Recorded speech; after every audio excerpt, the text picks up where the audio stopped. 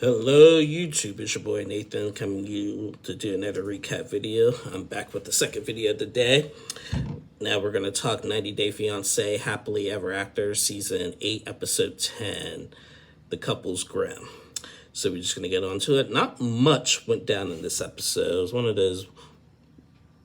of those like low-key episodes.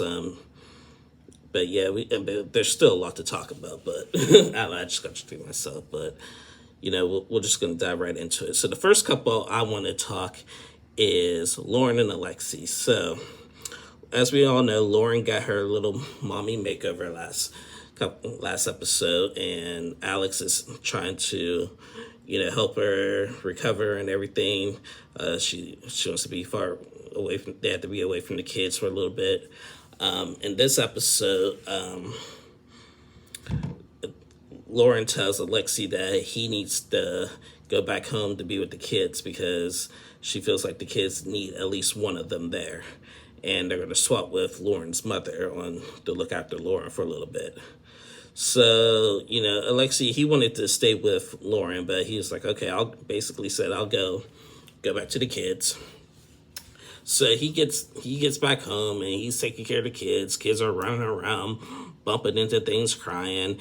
He has this new advanced washing machine that he did not know how to use. He said he had never used this washer before. He never really does the laundry. Lauren usually does that. So he had to FaceTime Lauren to figure all that out. Prior to that, him and Lauren went back to the hospital to do a follow-up. Lauren says she's still in pain, but she is speaking, but, it's to be expected, but the surgery went really well with that. So that was just basically it. Lauren and Alexi, like I said last week, I commend Alexi so much. I think he's a great man, great father, and great husband. So more power to him. That's a good dude right there. So yeah, that was Lauren and Alexi. Next couple I want to talk, finally, we were introduced again to Angela and Michael, finally. 10 weeks into the season, they added in Angela and Michael. So now we all know what's going on off camera, as we know, because these scenes were filmed a while ago. And we know what's been happening in the last couple of months of Angela and Michael that I'm not going to get into. I'm just going to talk about the episode. So prior to this, we've seen Angela on 90 Day Diaries go to Nigeria for Michael. Michael finally has his spousal visa interview. They applied for it after they got married, and then COVID happened. They got married on January 27, 2020. Then COVID happened, and then the visa thing was to another country. So they waited 4 years or 3.5 years for this moment. So Angela's in Nigeria with Michael, and they're at a restaurant, and she's questioning him, giving him some tips on questions on what they could ask you, how do you explain the age difference between you and your wife? How do you know you love each other? What is my religious background and stuff and everything? And she said that she told Michael, their goal in there is to deny you. Their goal is to deny you. So you have to be on point, clear, and know every single question and everything. So the next day rolls around, and Michael has his interview. On the way right before he leaves for the interview, Angela's checking everything, and Michael done messed up again. Now, Michael, I guess when you do these visa interviews, K1, spousal, you got to prove that your relationship is real. You got to see all the text message. You got to save all text messages and pictures and whatnot. Well, Michael had all that, but he also added in their text messages from when they were fighting about the cheating allegations back in 2022. So Angela done flipped out. She's like, I'm lucky I caught that. If you would have went in there and they saw that, that's an automatic denial. And then Michael was like, the NBC don't care about that. They just think it's real. No, Angela's right, Michael. If they see that they're fighting, especially over cheating, they're going to deny you. So I actually see why Angela reacted the way she did. Now, he's like, are you going to come with me? She's like, nope, you're a big boy. You got to do it yourself. Good luck. She could have still gone with them. And then she feels bad for not going with them. But besides that, Angela is right in the situation. Like, don't put your arguments in your visa, especially arguments about cheating. You're gonna get an automatic denial. Now, spoiler alert: we know he's in America, but still, just saying. So yeah, that was Angela and Michael. Next couple I want to talk is Gina and Jasmine. So we only seen them for one scene in this episode. Gina and Jasmine, they just, Jasmine just better explained herself that why she doesn't want to have a kid with Gina. We've seen last week that she told Gina she's not ready to have a baby with them. Jasmine feels like she would just feel guilty because her kids are not here in America, and it just wouldn't be fair. Now, here's my little take on this situation with Jasmine. She wants her kids in America, which is great, fair enough.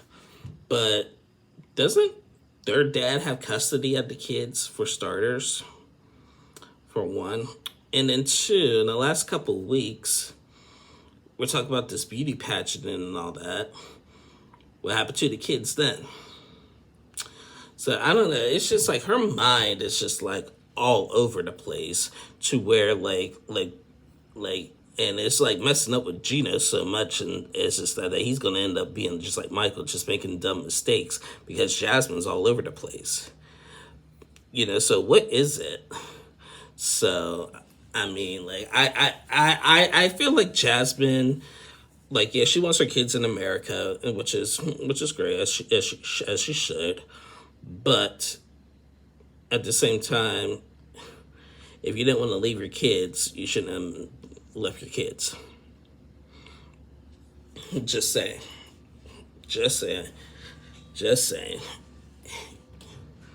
Nobody's really thinking about what they're doing until it's too late. So, I mean, that's just my take on that.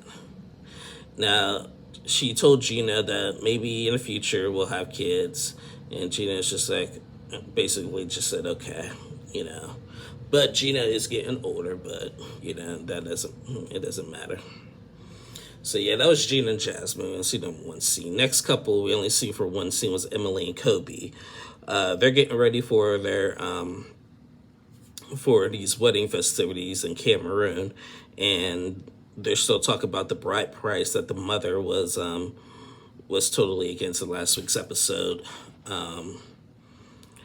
They had a meeting with Kobe's family to discuss some things, and I don't know why Emily's mom thinks that they're trying to sell the daughter. It has nothing to do with that. It's just Cameron culture, the dad is trying to play into it a little bit and try to do what he can and stuff.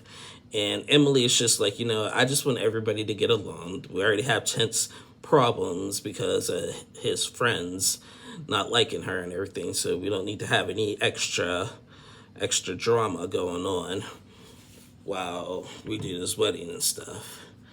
So, it's just basically that. And yeah, that was it, basically. That was it for Emily and Kobe. So yeah, that was Emily and Kobe. Next couple I'm going to talk is Big Ed and Liz. Oh, Lord, these Ed and Liz. So again, they only had one scene in this episode. Liz and her daughter Riley. By the way, today is her daughter Riley's 11th birthday, so happy birthday to Riley. Liz and her daughter pack up their stuff from Arkansas, and she's going back to San Diego. She's just trying to figure out what her life could do. Liz is still really shooken up over this breakup with Ed this time around. She can't stop crying. She's trying to be strong for her daughter. She said she had to have a conversation with Riley to say that her and Ed ain't going to be together and stuff. And Riley was a little disappointed. So they're packing, and Ed asks Liz, "Can I talk to Riley alone, please?" And Liz just gave him a look from hell, just like, and then walked away. And so Ed apologized to Riley, and he did tell Riley, no matter what happens with me and your mother, I'm always going to love you. I'm sorry for what happened, talk Apostlegate and everything. And, no one will be able to play board games with me better than more intense board games than with you. And Riley was like, I accept your apology. So cute. Just so cute. So they get everything packed, and Liz still has to come back to get some extra stuff, but she's taking Riley back to San Diego, and that was basically it. Ed just, I don't know. Ed is just too much for me now. And we seen it. I seen an interview with Ed on ET and discussing this and stuff. And he gonna say that Liz used him and stuff. Liz did not use him. He used her and stuff. He's saying that he wants to be single. Man, you know dang on well you don't want to be single. So now it is also rumored that Liz has a new boyfriend, and Ed knows him, has met him, and I guess they're cool that way. He did say that him and Liz still talk every once in a while, just say, hey, how you doing? Basically, and that's basically it. So, yeah, well, I hope it's the last breakup. Like, what is it, 15 times now? Ed and Liz, 15 times. So that was Ed and Liz. Next couple I want to talk is Nicole with Mahmoud. So we had a break from them from last week, but, it's just been a disaster with them. Now, people are comparing Nicole now to Angela now, are starting to do that. It's not that bad, but Nicole, I do think Nicole is out for revenge. And she's doing it a little too hard. She's not letting the man breathe, basically. And all the aggressiveness that she's put him through ever since he arrived. And like I said, I'm not a fan of Mahmoud. I can't stand him either. But she's not making the situation any better. So in this episode, she mentioned that they were getting along for a couple days. He went to a mosque and stuff, and then I guess one night they got into another argument. She got home late from work at 2 a.m. I guess one of her friends, the friends that came over to meet Mahmoud, I guess that couple got into a fight. And so she went to pick up the girl from that, and they went out and didn't get back home till 2 a.m. And Mahmoud didn't like that, and then he asked to check her phone and stuff, and she made a big fuss that she didn't want him to see her phone, and then he accused her for cheating. He accused her for cheating and threw a fit, walked away, and everything, and then just keeps threatening, oh, we're going to divorce Nicole. We're going to divorce. Now, he's been saying that ever since they've been getting together. Every time they get into a fight, he says, we're going to divorce. And so Nicole usually just brushes it off. And he's just like, I have no more fight in me enough. And Nicole is just like, I brush it off every time you say I want to divorce. But if you don't want to fight for this really hurts, basically, and stuff. And Nicole says she's not cheating on Mahmoud. And, when it comes to let me see your phone type thing, it's back and forth. I really don't want to show anybody my phone. And it's not like I'm doing anything wrong or inappropriate. That's just my personal business and stuff.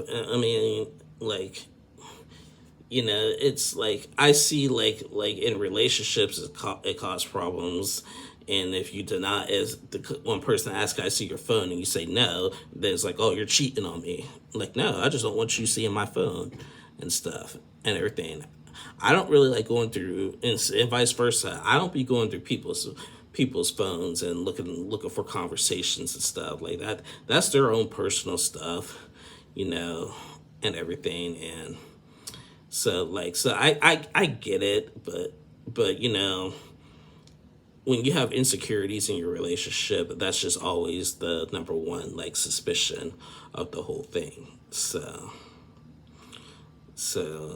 I don't know.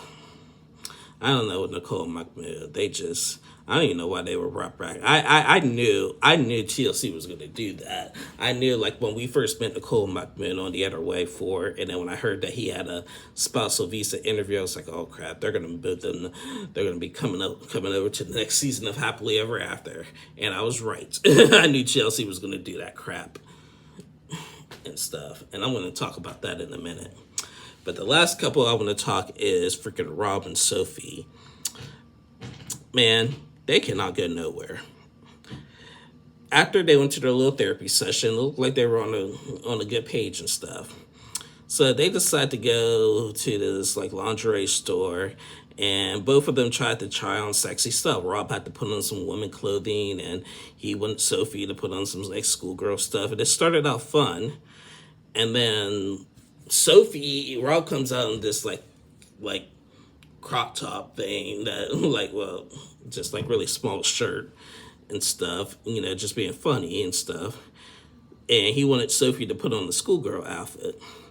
So Sophie goes and puts on the schoolgirl outfit, and she comes out, and Rob just gives her a look. I'm like, man, that ain't nothing. He was just like, man, that ain't nothing, man. I'm wearing this, and you just got on that, man. That ain't fair, blah blah blah. And that just started another big argument.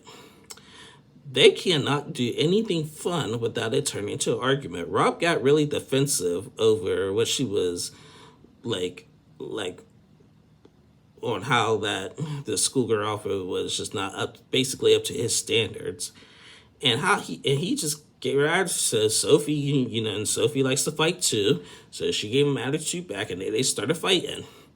So they get in the car, they're fighting on the way back home. They get home, they start fighting again. They're just like Ashley and Manuel, we're not getting anywhere. Then Sophie gonna bring up, oh, I know you have a second phone. And then they're gonna bring up that phone gate. He's like, that was my phone and stuff, and I don't have a second phone and stuff and everything. And Rob was like, you don't even like me. Like, you like everybody else. You don't even like me no more. Like, and everything. And he feels like she's probably seeing one of her friends, like one of her other girlfriends and stuff, because she just does not like me anymore, basically. And it's very toxic with them. It's very toxic. And I guess, like rumor has it, they're going to be on the last resort. Like, it's just, I don't know. I really don't know. And they're another one. Why does TLC put like the worst couples on Happily Ever After? Like couples who cannot stand each other on Happily Ever After. It just doesn't make no sense. It's called Happily Ever After. I know that's a question mark, but none of the couples are happy. The only couple that's happy right now that I see is just Lauren and Alexi.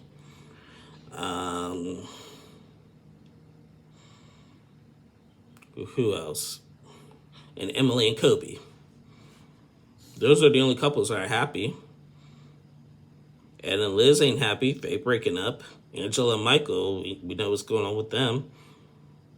Rob and Sophie, we know they ain't happy. Ashley and Manuel, they ain't happy. Patrick and Thais, okay, Patrick and Thais might be a little happy.